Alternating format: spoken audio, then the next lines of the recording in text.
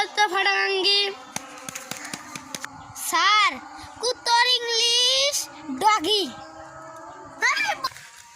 জাতীয় বাংলাদেশের জাতীয় মাছের নাম কি বলো তো? বল্টু।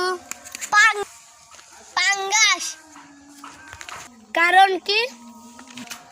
স্যার বাঙালি পাঙ্গাস খায় বেশি। নাট বলো তো জাতীয় পশু পাখির নাম কি? জাতীয় পতন কাউয়া।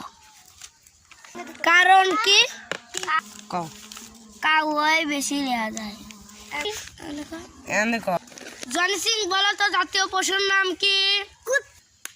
কুত্তু। কারণ কি? স্যার কুত্তু বেশি দেওয়া যায়।